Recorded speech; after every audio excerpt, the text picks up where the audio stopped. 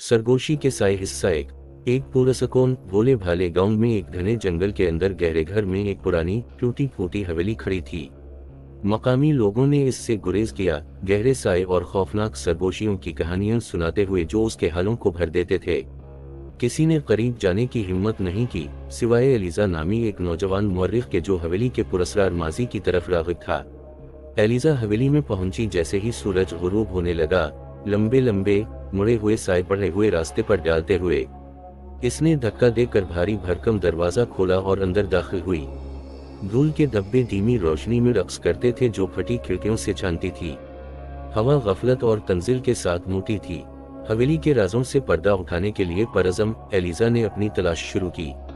जब वो गुलबरिया वाली राहदारियों में घूम रही थी तो उसने दीवारों पर अजीब वाओ गरीब नक्श वाओ निगार देखे, ऐसी अलामतें जिन्हें वो समझ नहीं सकती थी।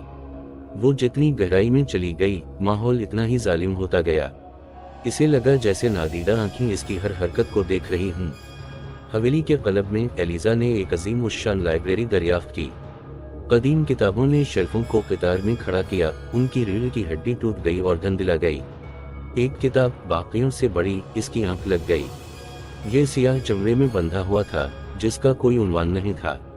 जैसे ही वो इस तक पहुंची, हुआ का एक ठंडा झोंका कमरे में फैल गया, उसकी मोमबत्ती बुझा दी। बेखौफ एलिजा ने किताब खोली, इसके सफ़हात टूटने वाले और ऊन के साथ पीले हो गए। जैसे ही उसने पढ़ा, उसे एहसास हुआ कि ये एक डायरी है जिसमें हवेली के असल मालिक सैमुअल ब्लैकवुड नामी शख्स की जिंदगी की तफसील है। सैमुअल एक अलग अलग आलम था जिसमें जादू का जुनून था। उसके आखिरी इंदराजात में परसे तारीख हस्तियों को तलब करने की बात की गई थी और इन्हें हराम इल्म के बदले इसकी रूह का वादा किया गया था। अचानक सरगोशियां शुरू हुईं, पहले तो बेहोश, फिर जोर से, ज्यादा इसरार। एलिजा की सांस तेज हो गई जब उसे अपने पीछे एक ठंडी मौजूदगी महसूस हुई। धीरे धीरे मुड़कर उसने इन्हें देखा। साए किसी भी रोशनी के मंबा से आजादाना तौर पर आगे बढ़ रहे हैं, करीब से रह रहे हैं। सरगोशियां ससकारी की आवाजों की तरफ बढ़ गईं, इसके जहन में इस खौफ से भर गया जिससे वो हिल नहीं सकती थी। इसने भागने की कोशिश की लेकिन साए ने इसका रास्ता रोक लिया। मायूसी ने उसे अपनी लपेट में ले लिया जब उसे वो अलामतें याद आ गईं जो उसने पहले देखी थीं। अंधेरे वाले हालों से पीछे भागते हुए एलिजा ने अपनी उंगलियों से अलामतों का सुराग लगाया, इस उम्मीद पर कि वो इदारों को ख़त्म करने का कोई रास्ता तलाश करेगी। साए अंदर बंद हो गए, उनकी ठंडी जलियां इसकी जल्द पर ब्रश कर रही थीं। जैसे ही अंधेरे ने उसे हड़प करने की धमकी दी, एलिजा मैन हाल में पहुंच गई। उसने आखिरी अलामत का सुराग लगाया और सरगोशी में दुआ की। हवेली जोर से हिल गई और साए पीछे हट गए, उनकी सरगोशियां गुस्से की चीखों में बदल गईं। एक आंख मिचौली में वो गायब हो गए। एलिजा को खौफनाक खामोशी में तन्हा छोड़ दिया। बेदम और लरजते हुए एलिजा ठोकर खाकर हवेली से निकल गई और कभी वापस न आने का अहद किया। गांव वालों ने अगली सुबह उसे पाया, इसके बाल बर्फ की तरह सफेद और आंखें दहशत से फैली हुई थीं। इसने जो कुछ देखा था इसके बारे में उसने कभी बात नहीं की, लेकिन हवेली वीरान रही, इसके राज अंधेरे में दब गए। अगली बेखबर रूह का उनसे पर्दा उठाने का इंतजार कर रही थी। सरगोशी करने वाले साए हिस्सा 2। हवेली में एलिजा के दर्दनाक तजर्बे को बरस बीत गए।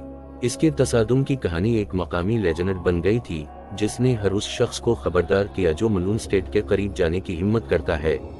इसके बावजूद हवेली के बारे में तजस्सुस मुकम्मल तौर पर ख़त्म नहीं हुआ। मौसम खिज़ां के एक दिन मार्क्स नामी एक गैर मामूली तफ्तीशकार गांव में पहुंचा। दूसरों के बरअक्स मार्क्स एक गहरे शुकूक व शुबहात का शिकार था। इसका ख्याल था कि हर शिकार की अकली वजाहत होती है और उसने हवेली को अपना हतमी चैलेंज समझा। इसने हवेली में रात गुजारने का इंतजाम किया, इसकी भूत भरी साख को ख़त्म करने का अज़्म किया। जदीद आलात से लैस इंफ्रारेड कैमरे, डिजिटल रिकॉर्डर्स और बरक़ी मक़नातीसी फील्ड डिटेक्टर। मार्क्स शाम के वक्त हवेली में दाखिल हुआ को मोटी, तकरीबन ठोस महसूस हुई। एक बेचैन खामोशी बहुत ज्यादा लटक रही थी। उसने अपने आलात कलीदी जगहों पर लगाए, बशमूल वो लाइब्रेरी जहां एलिजा को डायरी मिली थी। जैसे जैसे रात गहरी होती गई, मार्क्स हवेली में घूमता, फुटेज हासिल करता और रीडिंग लेता। घंटों तक कुछ भी गैर मामूली नहीं हुआ। इसने सोचना शुरू कर दिया कि अफसाने महज ज्यादा मुतहर्रिक तख़य्युलात की पैदावार हैं। फिर आधी रात को इसका सामान खराब होना शुरू हो गया, कैमरे झिलमिलाने लगे और उसके रिकॉर्डर्स को जामिद भर दिया गया। दर्जा हरारत गिर गया। मार्क्स ने अपनी गर्दन के पिछले हिस्से पर एक बर्फीली सांस महसूस की। इसने अंधेरे में अपनी टार्चा चमकाते हुए चारों तरफ घूमा, लेकिन उसे कुछ नजर नहीं आया। सरगोशियां शुरू हुई, नरम और गैर वाज़ेह, जैसा कि एलिजा ने बयान किया था। इसने आवाज का ताक़ुब करते हुए लाइब्रेरी की तरफ जाना जहां डायरी मेज पर खली पड़ी थी। इसके बावजूद कि इसने सीटअप के बाद उसे हाथ नहीं लगाया। खौफ और तजस्सुस की आमेज़िश से मजबूर, मार्क्स ने आखिरी इंदराजात को बुलंद आवाज से पढ़ा। जैसा कि इसने किया, सरगोशियां तेज होती गईं, मरबूत अल्फाज की तश्कील। इन्होंने एक नामुकम्मल रस्म के बारे में बात की, एक पोर्टल खिला रह गया और रूहें हवेली के साथ जुड़ी हुई थीं। साए इकट्ठे होने लगे, एक खतरनाक मौजूदगी की शक्ल इख्तियार कर ली। एक मंतकी वजाहत तलाश करने के लिए बेताब, मार्क्स ने अपने आलात की तरफ रुजू किया, लेकिन ये माफौक अलफतरत क़ुव्वतों के खिलाफ बेकार था। इसे एलिजा का अलामतों का तज़किरा याद आया और उसने सरागों के लिए लाइब्रेरी का रुख किया। किताबों की अलमारी के पीछे छपे हुए डब्बे में इसे सैमुअल ब्लैकवुड के नोट मिले, पोर्टल को बंद करने की तफसीली हिदायत। मार्क्स ने अपनी हिम्मत जुमा की और हिदायत पर अमल करते हुए चाक के एक टुकड़े से अलामतों का सुराग लगाते हुए हवेली की तरफ भागा। साए मुश्तिल हो गए, उनकी सरगोशियां बहरा कर देने वाली चीखें बन गईं। आखिरी अलामत तहखाने में थी, ऐसी जगह जहां एलिजा ने भी गुरेज किया था। ठंडी नम तहखाने में उतरते हुए मार्क्स का सामना फर्श पर लिखा हुआ दायरा था। बीच में एक पुराना जंग आलूद खंजर था। इसने ब्लैकवुड के नोटों से पढ़ा, खिलाफ वर्जी पर मेहर लगाने के लिए खून को आज़ादाना तौर पर पेश किया जाना चाहिए। ये समझते हुए कि उसे क्या करना है, मार्क्स ने खंजर ले लिया और अपनी हथेली पर एक छोटा सा काट कर इसका खून दायरे में टपकने दिया। जमीन कांप उठी और एक अंधी रोशनी ने तहखाने को भर दिया। साए लरजते और चीखते फिर आसमान में फैल गए। सरगोशियां मध्यम हो गईं, उनकी जगह एक जबरदस्त खामोशी ने ले ली। थका हुआ मार्क्स गिर गया, लेकिन राहत का एहसास हुआ। पोर्टल बंद था और रूहें आखिरकार आराम में थीं। अगले दिन जब गांव वालों ने मार्क्स को पाया तो वो हैरान रह गए। वो हवेली से निकला, पीला और हिला हुआ लेकिन फातेह। इसने अपनी तलाशी शेयर की, जिसमें हंटिंग के अकली और माफौक अलफतरत दोनों पहलुओं का इंकिशाफ हुआ। हवेली की लानत को हटा दिया गया था और जब ये दिलचस्पी की जगह बनी हुई थी, अब उसका खौफ नहीं रहा। गांव ने आहिस्ता आहिस्ता हवेली पर दोबारा दावा किया और उसे अपनी तारीख के लिए वक्फ म्यूजियम में तब्दील कर दी।